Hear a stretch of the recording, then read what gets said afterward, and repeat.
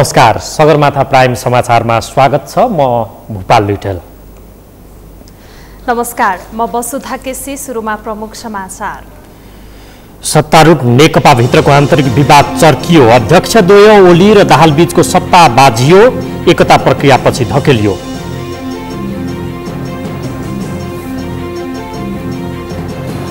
विप्लव नेतृत्वको नेकपा सरलाई इन्चार्जको गैर न्यायिक हत्या भएको सांसदहरूको आरोप। छानबिन गरी एक साताभित्र प्रतिवेदन दिन संसदीय समितिको निर्देशन। टेलिभिजन सेवा प्रदायकबाट विज्ञापन ऐन 2076 को विरोध। विज्ञापन प्रसारण हुने विदेशी च्यानलहरू 24 घण्टाका लागि बन्द।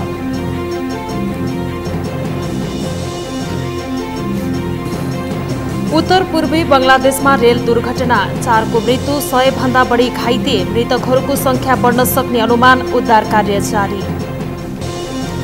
र विश्वकप क्रिकेट अन्तर्गत अफगानिस्तान र बंगलादेशको खेल जारी। जित निकाल्दै शीर्ष 4 मा पुग्ने बंगलादेशको लक्ष्य।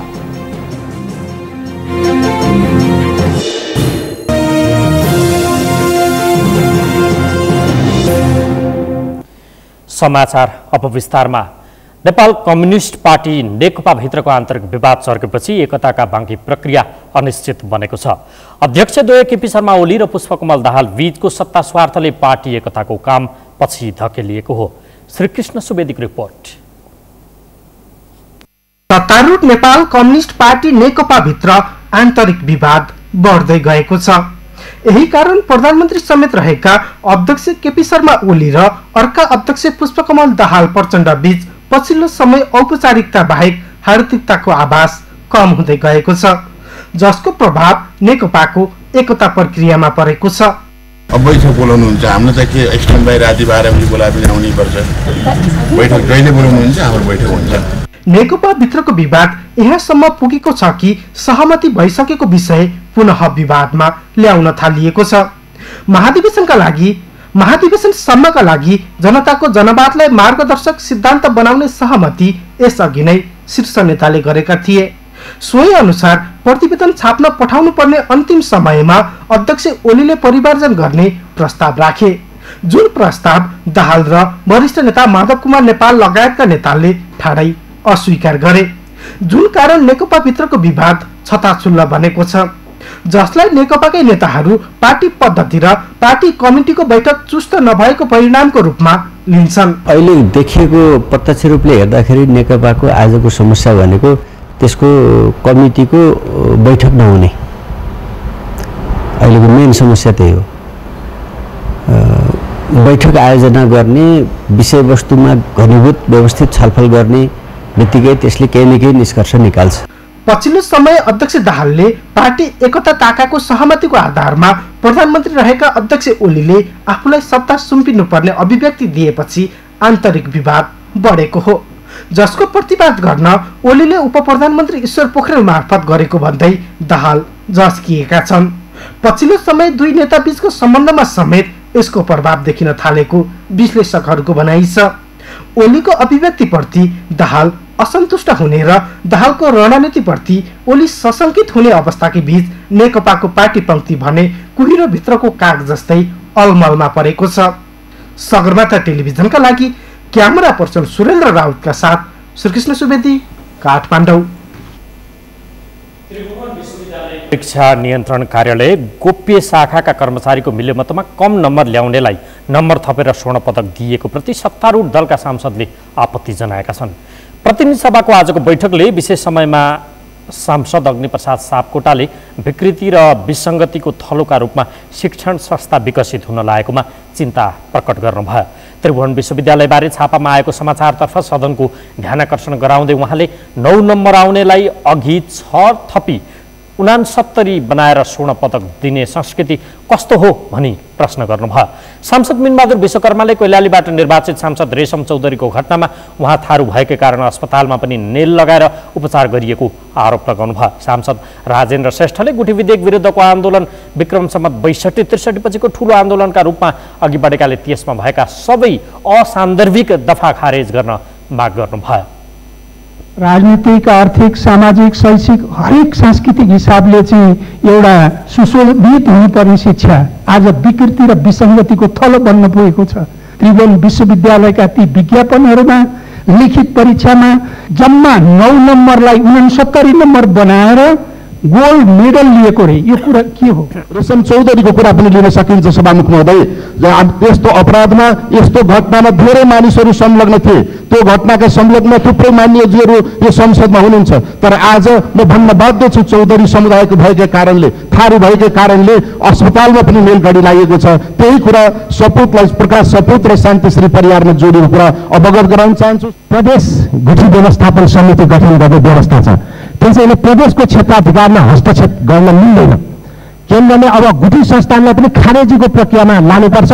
आफ्नो कमाईबाट बचाएर टोलका छिमेका सबै मिलेर राखेको सामूहिक सम्पत्ति हो। त्यसकारण चाहिँ त्यसलाई जोगाएर त्यसलाई संस्कृतिसँग जोड्नुपर्छ। सांसद जीव छिरिङ लामाले लोकसेवा आयोगले समावेशी सिद्धान्त अनुसार विज्ञापन नगरेकाले खारेज गर्न माग गर्नुभयो। सांसद रामबहादुर बुढाले कर्णाली प्रदेशका जनताको आय आर्जन बढाउन सिंचाइको व्यवस्थाका लागि बाघ बाँध्ने र विद्युत निकाल्ने योजनामा स्थानीयवासीलाई सेयर दिनुपर्ने माग गर्नुभयो।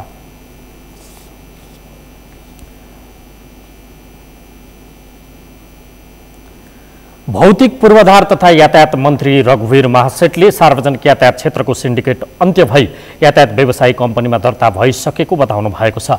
आज प्रतिनिधि सभा बैठकमा विनियोजित बजेटमाथिको छलफलका क्रममा सांसदले उठाएका प्रश्नको जवाब दिँदै मन्त्री महासेठले मुलुकभर सिन्डिकेट अन्त्य भइसकेको भन्दै यातायात क्षेत्रमा कुनै समस्या नरहेको बताउनु भयो। उहाँले चालक अनुमति पत्र स्मार्ट कार्ड छपाईका लागि सम्झौता भइसकेकाले सेवाग्राहीले छोटो समयमै स्मार्ट लाइसेन्स पाउने आश्वासन दिनुभयो। उहाँले नयाँ आयोजनाभन्दा पुराना र अधुरा आयोजनाहरूलाई पूरा गर्ने लक्ष्यका साथ सरकारले बजेट विनियोजन गरेको बताउनु भयो।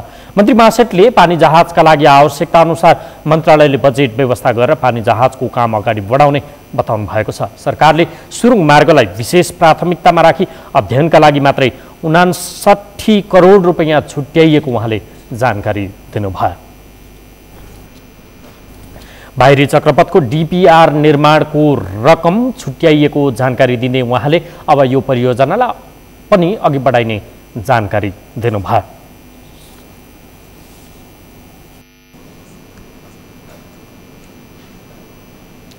विप्लव नेतृत्वको नेकपाका सर्लाही जिल्ला इन्चार्ज कुमार पौडेल गत असार 5 गते लालबन्दीमा मारिए। प्रहरीले दोहोरो भिडन्तमा मारिएको बताइएको थियो भने गृहमन्त्रीले पनि त्यही जानकारी संसदमा गराएका थिए। तर सांसदहरूले गृहमन्त्री र प्रहरीको भनाइमा प्रश्न उठाउँदै र्याखर्याख्ती पारेका छन्। रमेश वाग्लेको रिपोर्ट। यही असार 5 गते दिउँसो 2 बजे लालबन्दी नगरपालिकाको वडा नम्बर 1 लखनदेही स्थित जंगल छेउमा विप्लव नेकपाका सर्लाही इन्चार्ज मारिएका थिए। प्रहरीले इन्चार्ज कुमार पौडेल दोहोरो भिडन्तमा मारिएको र उनका साथबाट मेड इन युएसए लेखिएको रिभल्भर, कटुवा पिस्तोल र तिनमा लाग्ने छथान गोली र विस्फोटनमा प्रयोग हुने पदार्थ बरामद गरेको सार्वजनिक गर्यो। त्यस यता गृहमन्त्री थापाले संसदीय समितिमा त्यही जानकारी दिइरहेका छन्। सञ्चार माध्यम र परिवारबाट पौडेलको प्रहरी नियन्त्रणमै हत्या भएको भनेर सार्वजनिक भएपछि संसदको राज्य व्यवस्था तथा सुशासन समितिले सोमबार नेपाल प्रहरीका महानिरीक्षक सहित गृहमन्त्रीलाई डाकेर घटनाको विवरण मागेको थियो। तर समितिमा पनि गृहमन्त्री थापाले त्यही कुरा दोहोरे आएपछि सत्तारूढ दलका सांसदले नै गृहमन्त्रीलाई र्याखर्याख्ती पारेका छन्। गृहमन्त्रीसँगै सशस्त्र विद्रोहमा समान जिम्मेवारीमा खटिएका जनार्दन शर्माले गृहमन्त्रीमाथि गम्भीर प्रश्न उठाए। उनले दोहोरो भिडन्तमा मारिएको व्यक्तिको हात 5-6 ठाउँमा भाँचिएको हुन्छ भन्दै त्यस्तो व्यक्तिले भिडन्त पनि गर्न सक्छ भनेर प्रश्न उठाए। विगतमा सरकारले हचुवाकै भरमा विप्लव नेकपामाथि प्रतिबन्ध लगाएको, त्यसमा पनि राजनीतिक व्यवहार गर्न नसकेको र राजनीतिक मुद्दामा इन्काउन्टर भनेर गैर न्यायिक हत्या गरेको भन्दै यस्तो न्यूनतम मानवाधिकार समेत पालना नगरिएको अराजकता आफूलाई सह्य नहुने र नागरिकलाई पनि सह्य नहुने उनको चेतावनी छ। सत्य तथ्य आओस्, जनताले के रे उठाएका प्रश्नहरूको जवाब हामीले दिनुपर्छ, चित्तबुद्धता जवाब दिनुपर्छ। औपचारिक माइल दिएको जवाब पनि त्यो आफ्नो ठाउँमा ठिकै होला, तर सत्य र तथ्य जवाब र गल्ती गरेकोलाई कारबाही सहित सच्याउने प्रतिबद्धता चाहिन्छ। शर्माले जस्तै अन्य सांसदले पनि गृहमन्त्रीलाई आफ्नो विगत भुलेकोमा सम्झाउने प्रयास गरे। काङ्ग्रेस सांसद दिला सङ्ग्रौलाले त गृहमन्त्रीले विगत चाँडै भुलेको भन्दै विप्लवकै अवस्थाबाट शान्ति प्रक्रिया हुँदै आज गृहमन्त्री भएको कुरा भुल्नुभयो भन्दै प्रश्न गरेकी थिइन्। विप्लव समूहलाई राजनीतिक निस्तेज गरेर समस्याको समाधान होइन, वार्ताद्वारा समस्याको समाधान गर्नुपर्छ। गृहमन्त्रीले विगतलाई किन बिर्सिनुभयो? माओवादीको सशस्त्र द्वन्द्व यस्तै घटना घटेका थिए र द्वन्द्वलाई शान्तिमा रूपान्तरण गर्नको लागि श्रद्धेय गिरिजा प्रसाद कोइरालाले वृहत शान्ति सम्झौता 12 बुँदे शान्ति सम्झौताबाट आज तत्कालीन माओवादीलाई यो बाटोमा ल्याएर आज तपाईँ पनि गृहमन्त्री हुनुहुन्छ। त्यसैले गर्दा कति दिनसम्म यो मुलुकलाई द्वन्द्वमा राख्ने? नेकपाकै सांसद झपड रावलले सरकारले नियन्त्रणमा लिएका व्यक्तिलाई हत्या गरेर दोहोरो भिडन्त भन्दै सार्वजनिक गरेको घटनालाई कलाविहीन नाटकको संज्ञा दिए। 55 साल फागुन 21 सशस्त्र माओवादीद्वारा हत्या गरिएका यदुनाथ खनालकी धर्मपत्नी समेत रहेकी सांसद तीर्था गौतमले त फेरि त्यस्तै अवस्था ल्याउन खोजेको हो भनेर प्रश्न गर्दै बैठकमै आँसु बगाइन्। 10 वर्षको घाउ अझै खाटा मरेको छैन। सत्य निरूपण आयो होस्, मेलमिलाप आयो, यिनीहरूको घाउले मान्छेलाई झगडको दिइराखेको छ। देश अझै पूर्ण रूपमा शान्त अवस्थामा जान नसकेको अवस्थामा फेरि यी द्वन्द्वहरू चर्के भने भोलि देश कता जान्छ? सांसदहरू सबैजसोले गृहमन्त्रीलाई गलत विवरण पेश नगर्न आग्रह गरेपछि बल्ल गृहमन्त्रीले आफ्नो कमजोरी स्वीकार गरे। उनले प्रहरीको रिपोर्ट आफूले प्रस्तुत गरेको भन्दै त्यहाँको वास्तविकता बुझ्ने बताए। फिल्डमा जो देखा परे चाहिँ कि यो वास्तवमा मुठभेड होइन कि प्रहरीले त्यसलाई पहिले नै यातना दिएर चाहिँ समाप्त गरिसकेपछि एउटा कलाविहीन नाटकको रूपमा यो चाहिँ प्रदर्शन गरिएको छ भन्ने जुन कुराहरू आएको छ। निश्चय पनि यो जुन सुझावहरू माननीयले राख्नु भएको छ यसमा हाम्रो गम्भीर ध्यान आकर्षित भएको छ र यसको निम्ति हामी आवश्यक छानबिन हामी गर्छौँ। गृहमन्त्रीले गल्ती स्वीकार गरेपछि समितिले 1 हप्ताभित्र सत्य तथ्य छानबिन गरी समितिमा प्रतिवेदन पेश गर्न निर्देशन दिएको छ। असार 5 गते सर्लाही जिल्लामा नेकपा विप्लव समूहका कुमार पौडेलको समूहका इन्चार्ज छुट्याएछ। कुमार पौडेलको दोहोरो भिडन्तमा प्रहरीको गोली लागि मृत्यु भएको भन्ने घटनाको तत्काल छानबिन गरी सत्य तथ्य पत्ता लगाई समिति समक्ष 7 दिनभित्र प्रतिवेदन पेश गर्न नेपाल सरकार गृह मन्त्रालयलाई निर्देशन। आफूसँगै युद्ध लडेका विप्लव विद्रोही राजनीतिमा हुँदा रामबहादुर थापा गृह प्रशासनको नेतृत्व गर्दै उनीमाथि धम्की दिइरहेका छन्। हिजो राज्यको कारबाहीलाई दमन भन्ने गृहमन्त्री अहिले गैरन्यायिक हत्याको बचाउमा छन्। समाजमा द्वन्द्व अस्तित्वमा रहिरहन्छ र त्यसलाई दबायो भने विद्रोह हुन्छ भन्ने सामान्य सिद्धान्त सरकारले बुझ्न सकेन भने त्यसको परिणाम के होला भन्ने चिन्ता सर्वत्र देखिएको छ। सगरमाथा टेलिभिजनका लागि रमेश वाग्ले, काठमाडौँ। संसदीय समितिले काठमाडौँ निजगढ द्रुतमार्ग निर्माणको काम तोकिएकै समयमा सम्पन्न गर्न नेपाली सेनालाई निर्देशन दिएको छ।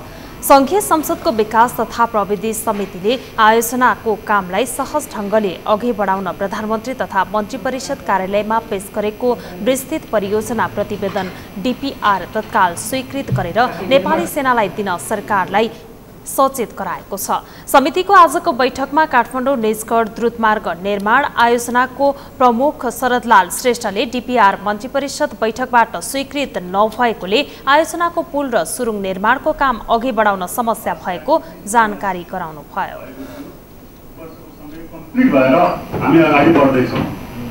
द्रुतमार्ग निर्माणमा आइपर्ने विस्तृत समस्या तत्काल समाधान हुने निर्माण। बैठकमा समितिका सदस्यहरूले आयोजनाको लागत र समय दुवै बढ्ने भन्दै चिन्ता व्यक्त गरेका थिए। आयोजनाको हालसम्मको कार्य प्रगति विवरण समितिमा पेश गर्दै आयोजना प्रमुख एवं नेपाली सेनाका उपरथी श्रेष्ठले डीपीआर स्वीकृतिमा ढिलाइ भए आयोजनाको पुल र सुरुङ निर्माणको काम प्रभावित हुने जानकारी गराउनुभयो। नेपाली सेनाले सुरुङ निर्माणको कारण आयोजनाको लागत बढ्न सक्ने पनि अनुमान गरेको छ। 2078 सालभित्र निर्माण सम्पन्न गर्ने लक्ष्य लिएको काठमाडौँ निजगढ द्रुतमार्ग निर्माण आयोजनाको लागत बढेर पौने 2 खर्ब पुग्ने नेपाली सेनाको अनुमान छ। समाचारमा अब एकैछिन विश्रामपछि टेलिभिजन सेवा प्रदायकहरूबाट विज्ञापन ऐन 2076 को विरोध। रुकुम पश्चिमको तरकारी बिउ उत्पादन केन्द्र कृषि विषय अध्ययनरत विद्यार्थीहरूका लागि अभ्यासको उत्तम थलो बन्दै देशभरका विद्यार्थीहरू तालिम लिन पुगे। र उत्तर पूर्वी बंगलादेशमा रेल दुर्घटना 4 को मृत्यु 100 भन्दा बढी घाइते मृतकहरूको संख्या बढ्न सक्ने अनुमान उद्धार कार्य जारी।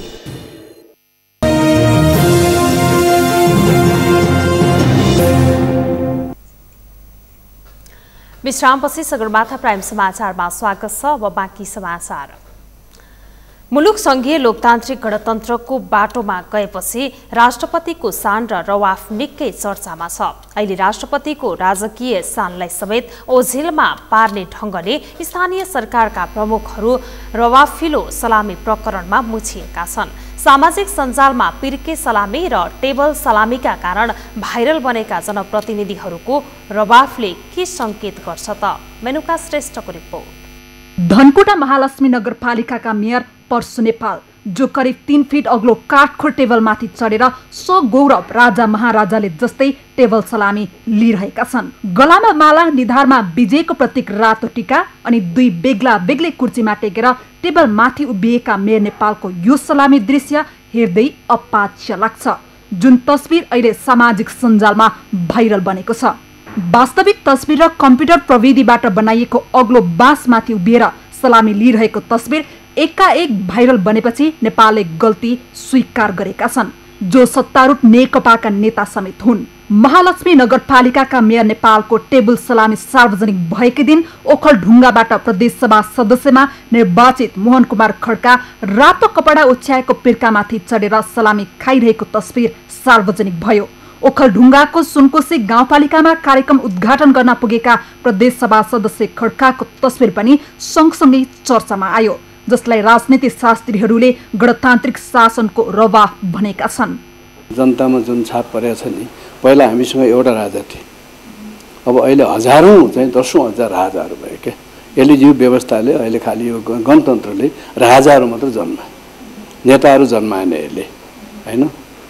देशको लागि जनताको लागि काम गर्ने नेताहरू जन्माएन, राजाहरू धेरै जन्मायो।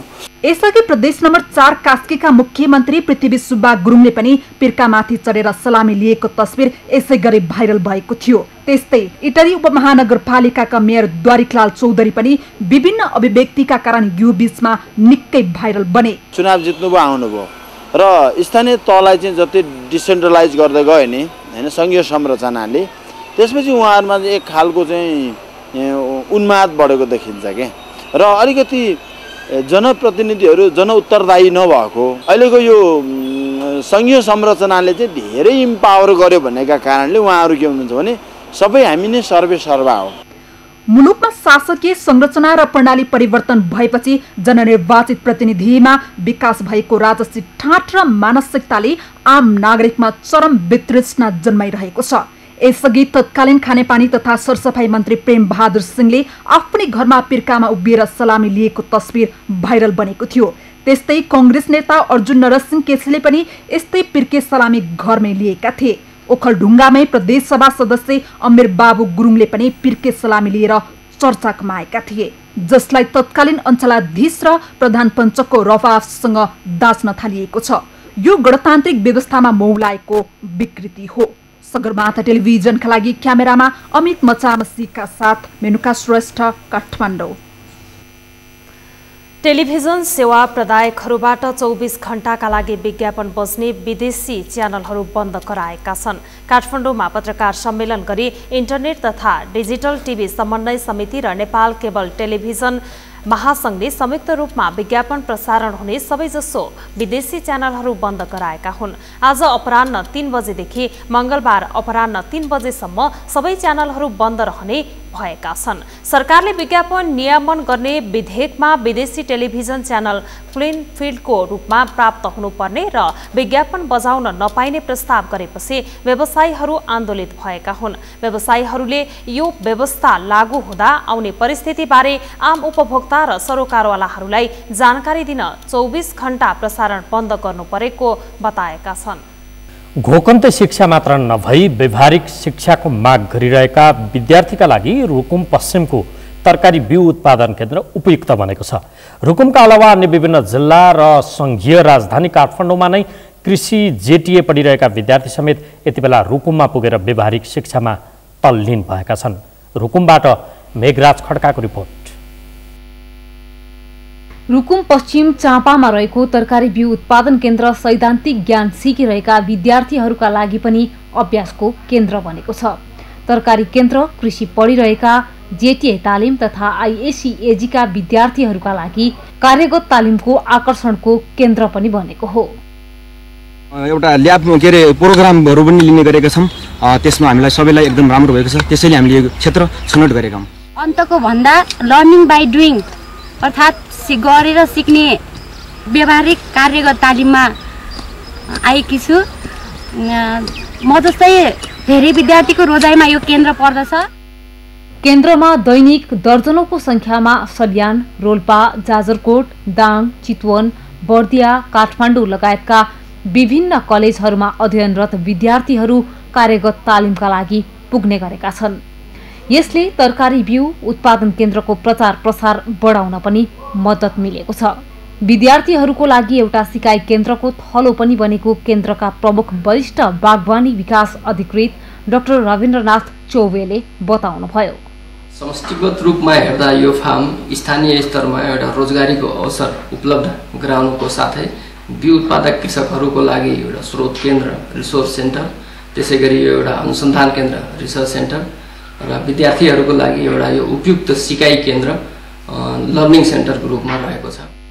हाल तरकारी बिउ बिजन उत्पादनमा मात्र सक्रिय केन्द्र अब भने तालिम केन्द्रको रूपमा समेत विकसित गराउन सञ्चालकहरू क्रियाशील भएका छन्।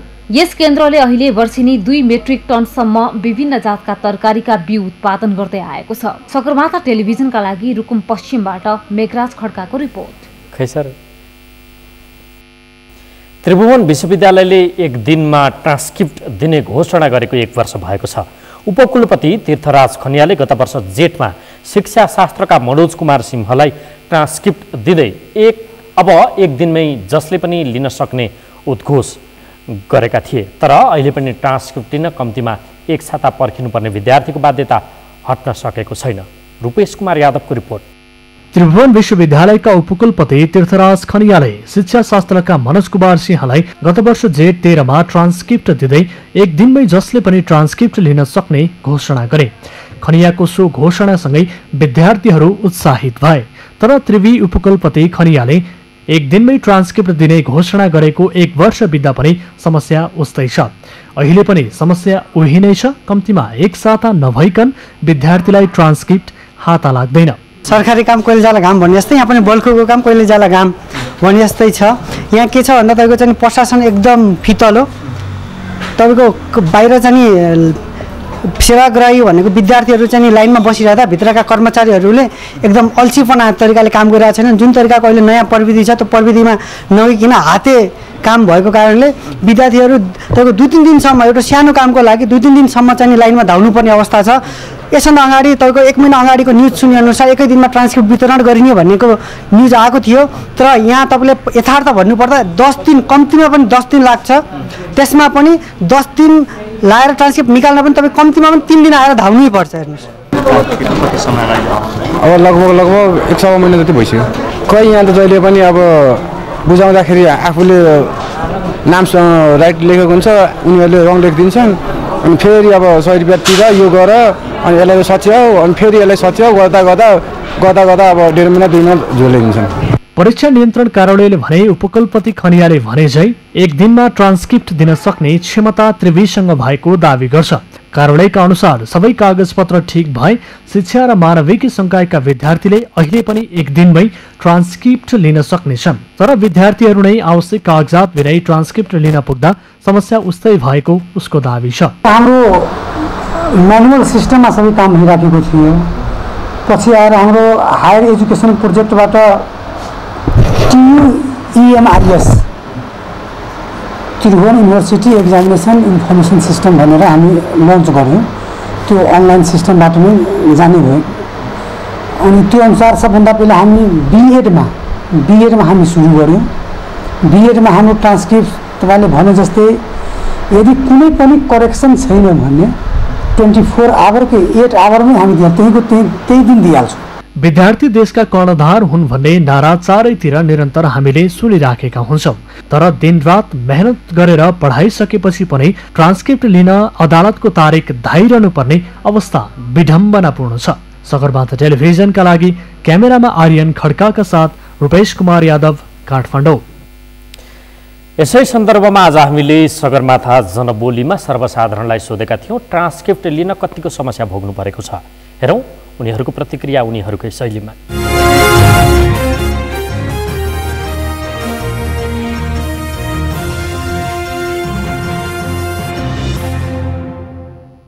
एक दिनमा ट्रान्सक्रिप्ट निस्किन्छ भन्ने न्युजहरुमा आइरहेछ।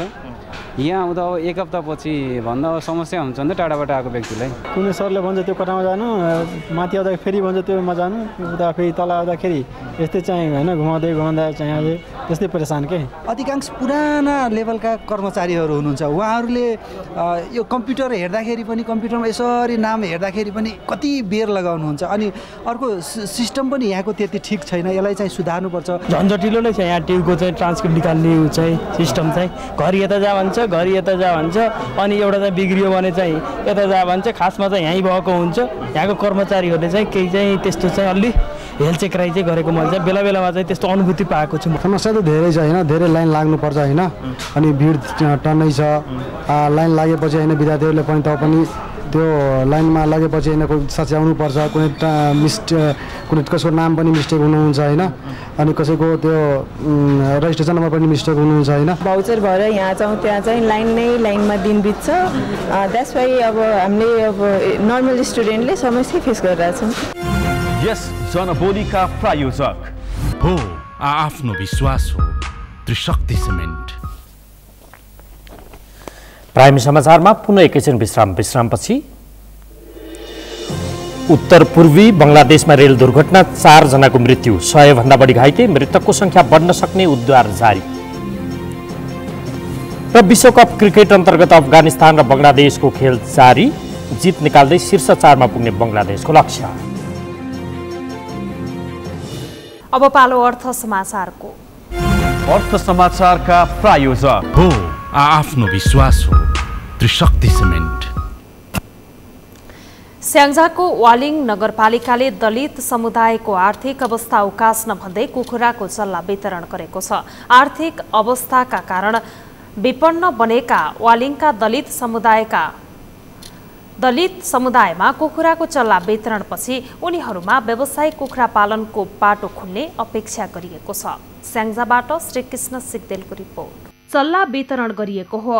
आर्थिक वर्ष 2075-76 को दलित समुदाय लक्षित कार्यक्रम अन्तर्गत विनियोजित 50,000 रकमबाट उनीहरूलाई चल्ला वितरण गरिएको नगरपालिकाले जनाएको छ।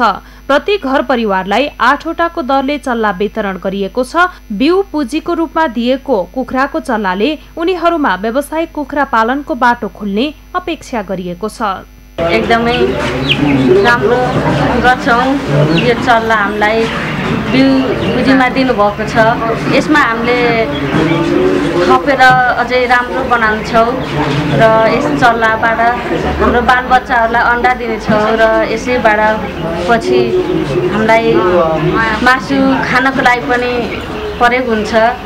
विपन्न अवस्थामा रहेका दलित समुदायलाई 8 वटा चल्ला वितरण गरेर थालिएको यो अभियान नमुनाको रूपमा अघि सारिएको नगरपालिकाले जनाएको छ। यसले उनीहरू आफैमा केही गर्नका लागि प्रेरणा मिल्ने र परनिर्भरता अन्त्य हुने अपेक्षा गरिएको छ। अब यो मैले अहिले उहाँले दिएको चाहिँ थोरै चाहिँ बजेटको रकमले चाहिँ वितरण गरेको कुराले त के राइपुग्छ र कमसेकम मान्छेलाई चाहिँ कर्मशील मान्छे बनाउनको लागि कमसेकम मैले चाहिँ यो सिकाउनको लागि मैले चाहिँ यो लक्षित वर्ग समूहमा त्यो थोरै पैसाबाट थोरै चाहिँ तपाईँको चाहिँ कुखुरा चल्ला वितरण गरेको छ। आय स्रोत र चाहिँ आर्थिक उपार्जन गर्ने बनाउनलाई हामी एउटा चाहिँ यो एउटा दियोमा तेल छाउने काम। नागरिकको जीवनस्तरका लागि नगरपालिकाले बाटो देखाइदिए पनि तदअनुसारको लक्ष्य प्राप्तिमा भने उनीहरू नै लाग्नुपर्ने जनप्रतिनिधिहरू बताउँछन्। यद्यपि जनस्तरमा सकारात्मक प्रभाव पार्ने अन्य विकासे काममा पनि नगरपालिका क्रियाशील भएको जनप्रतिनिधिहरू बताउँछन्। हामीलाई चाहिँ नकारात्मक भन्दा सकारात्मक सन्देशहरू प्रभाव भयो भने हाम्रो समाजको वृद्धि विकास हुन्छ, नागरिकको जीवनस्तरमा सुधार हुन्छ।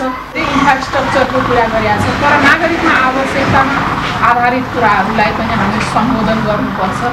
हुन त हामीले कृषि, पशु, शिक्षा, स्वास्थ्य लगायतका क्षेत्रमा हामीले चाहिँ कार्यक्रमहरू छुट्याउँछौँ, हामीले कामहरू गरिराखेका छौँ। तर यो भिन्न तरिकाले वार्ड नम्बर 1 ले जुन काम गरेको छ त्यो धेरै महत्त्वपूर्ण छ, उत्कृष्ट छ। लक्षित वर्गका कार्यक्रमको बजेटलाई सशक्तिकरणको नाममा विगतमा तालिम र भत्तामा सक्ने गरेको प्रविधि हाबी भइरहँदा वालिङमा सुरु गरिएको यो अभियान सकारात्मक छ। तर चल्लाको आवश्यक हेरचाह, औषधि उपचार तथा प्राविधिक सहयोगका लागि भने अझै पनि नगरपालिकाकै अग्रसरता आवश्यक देखिन्छ, अन्यथा यसको प्रतिफल पाउन मुस्किल पर्नेछ। सगरमाथा टेलिभिजनका लागि स्याङ्जाबाट श्रीकृष्ण सिगदेलको रिपोर्ट। अब मौसम सम्बन्धी जानकारी। इस मौसम समाचार का प्रायोजक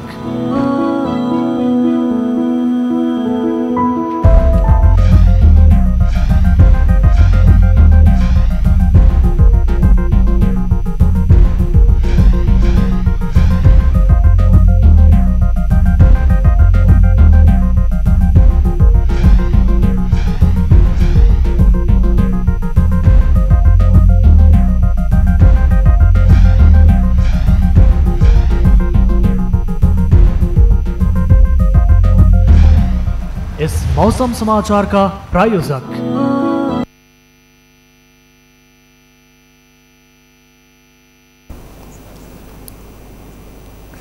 यो सँगै हामी समाचारको अन्त्यमा छौं। अन्त्यमा प्रमुख समाचार पुनः एकपटक।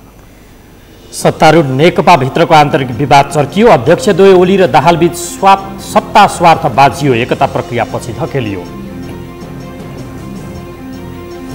विप्लव नेतृत्वको नेकपा सर्लाही इन्चार्जको गैर न्यायिक हत्या भएको सांसदहरूको आरोप छानबिन गरी एक साताभित्र प्रतिवेदन दिन संसदीय समितिको निर्देशन। टेलिभिजन सेवा प्रदायकबाट विज्ञापन ऐन 2076 को विरोध। विज्ञापन प्रसारण हुने विदेशी च्यानलहरू 24 घण्टाका लागि बन्द। उत्तर पूर्वी बंगलादेशमा रेल दुर्घटना, 4 को मृत्यु, 100 भन्दा बढी घाइते, मृतकहरूको संख्या बढ्न सक्ने अनुमान, उद्धार कार्य जारी। र विश्वकप क्रिकेट अन्तर्गत अफगानिस्तान र बंगलादेशको खेल जारी। जितका लागि बंगलादेशबाट अफगानिस्तानलाई 263 रनको लक्ष्य प्रस्तुत। हौस् त सगरमाथा प्राइम समाचार अहिलेलाई सकियो। तपाईँ समाचार बुलेटिनका साथै सगरमाथा टेलिभिजनका सम्पूर्ण कार्यक्रम www.sagarmatha.tv मा प्रत्यक्ष पढ्न र हेर्न सक्नुहुनेछ। साथै युट्युबमा youtube.com/sagarmatha TV नेपालमा पनि हेर्न सक्नुहुनेछ। मोबाइलमा प्ले स्टोर तथा एप स्टोरमा गई सगरमाथा टिभी एप डाउनलोड गरेर पनि हामीलाई प्रत्यक्ष हेर्न सक्नुहुनेछ। साथै तपाईँ हामीलाई फेसबुकमा facebook.com/stv नेपालमा फलो गर्न सक्नुहुनेछ। समाचारको शिखर, नेपालको गौरव, नेपालको पहिलो न्युज च्यानल सगरमाथा टेलिभिजन हेर्दै गर्नुहोला। नमस्कार।